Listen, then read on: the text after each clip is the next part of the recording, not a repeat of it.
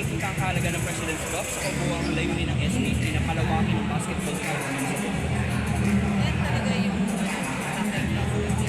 Malawak na dapat. Yan yung mga liga natin na kasi mga development ng ating liga. Nagpapaligasan natin yan. Ang ating mga ganyan dahil lahat ng Pilipino ay talagang basketball. Hindi pwede kasama sa isang aparat. And the next question po sa paano po nakakatulong ang mga regional tournaments tulad ng President's Cup sa pag-discover po ng mga bagong talent sa labas ng ito? Maganda talaga sa atin kasi marami talaga tayong mga icons, hindi lang tayo sa Manila, hindi lang focus yung basketball. Pero dahil sa magalingan ng President's Cup, nakakarating siya sa pagpasyan ng ating bansa sa mga talent dito sa bayan. And the next question po ma'am, may pagkakataon po ba ang SPP upang mas maging systematiko ang connection ng grassroots at semi-professional tulad ng President's Cup kung sa national basketball tournament? Yes, no?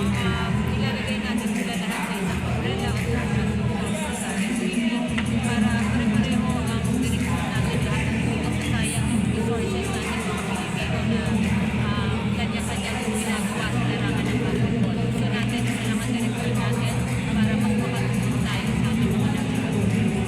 And then last question na sa director, paano gusto po pinangangalagaan ng intensidad ng sports league na nakadami ng mga liga at competitions sa magiging? Yan. Dito ka. Pagdating sa institutional, pinaka-importante yung ating mga officials.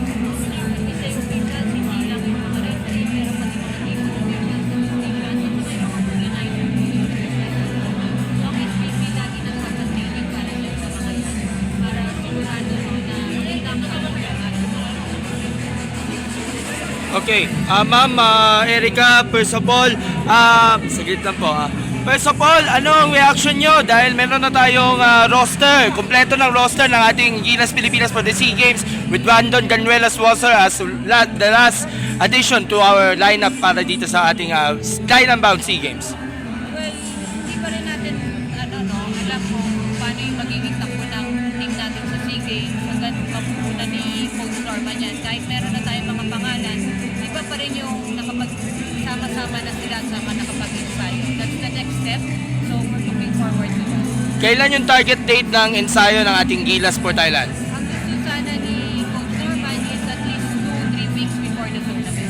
And of course, with this opening nga ng NBL Pilipinas, we could expect na mas marami pong mga liga na of course susuporta ng SPP, lalo na nagdagdagan pa lalo yung mga associate members at mga regular members nito. What can you say? Correct, no? Again, no?